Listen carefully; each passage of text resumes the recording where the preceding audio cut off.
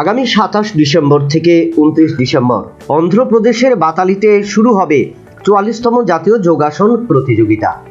প্রতিযোগিতার লক্ষ্যে মঙ্গলবার সকালে রেলপথে রওনা হলো 58 সদস্যের রাজ্য দল। মোট 8টি ক্যাটাগরিতে অংশগ্রহণ করবে রাজ্য দলের খেলোয়াড়রা। অংশগ্রহণকারী দলকে শুভেচ্ছা জানাতে মঙ্গলবার রেল স্টেশনে পৌঁছে গিয়েছিলেন রাজ্য যোগা অ্যাসোসিয়েশনের প্রতিনিধিরা। প্রত্যেকেই আশা ব্যক্ত করেছেন এবছরের এই আসরে রাজ্য দল চ্যাম্পিয়ন হয়েই ঘরে ফিরবে।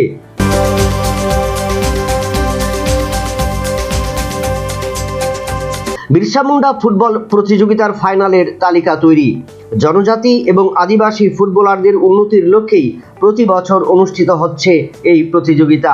পশ্চিম ত্রিপুরা জেলাভিত্তিক এই আসরে বুধবার সকালে অনুষ্ঠিত হবে মেয়েদের দুটো সেমিফাইনাল।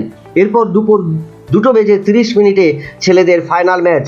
অংশগ্রহণ করবে বোজ্জং স্কুল এবং উমাকান্ত একাডেমি। অন্যদিকে বিকেল 4টায় মহিলাদের ফাইনাল ম্যাচ অনুষ্ঠিত হবে।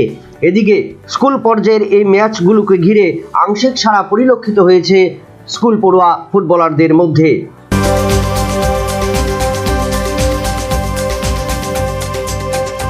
আইপিএল ক্রিকেটের বাকি এখনো প্রায় 3 মাস।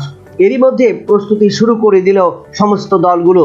তবে সেই ক্ষেত্রে অনেকটাই এগিয়ে রইল লখনৌ সুপার জায়ান্ট। 19তম আসরে নিজেদের তুলে ধরার আগে দলীয় 3 ক্রিকেটারকে বিদেশে পাঠানোর সিদ্ধান্ত নিল কর্তৃপক্ষ। নতুন বছরের প্রথম সপ্তাহেই 3 ক্রিকেটারকে পাঠানো হবে ডারবান।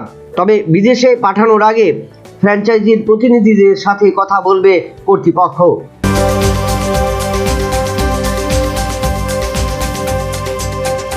চলতি বছরের 2 মাস আগে প্রথমবারের মতো মহিলা একদিবসীয় বিশ্বকাপ ক্রিকেটে চ্যাম্পিয়ন হয়েছে ভারত। এবার এই বছরের শেষান্তে অর্থাৎ ক্রিসমাসের আগে গোটা দলের জন্য বড় পুরস্কার ঘোষণা করল বিসিসিআই। ম্যাচ ফি বাড়িয়ে দিল প্রত্যেক মহিলা ক্রিকেটারদের। বর্তমানে সিনিয়র মহিলা ক্রিকেটাররা যেখানে 20,000 টাকা করে পেতেন, এখন থেকে তারা পাবেন 50,000 টাকা করে।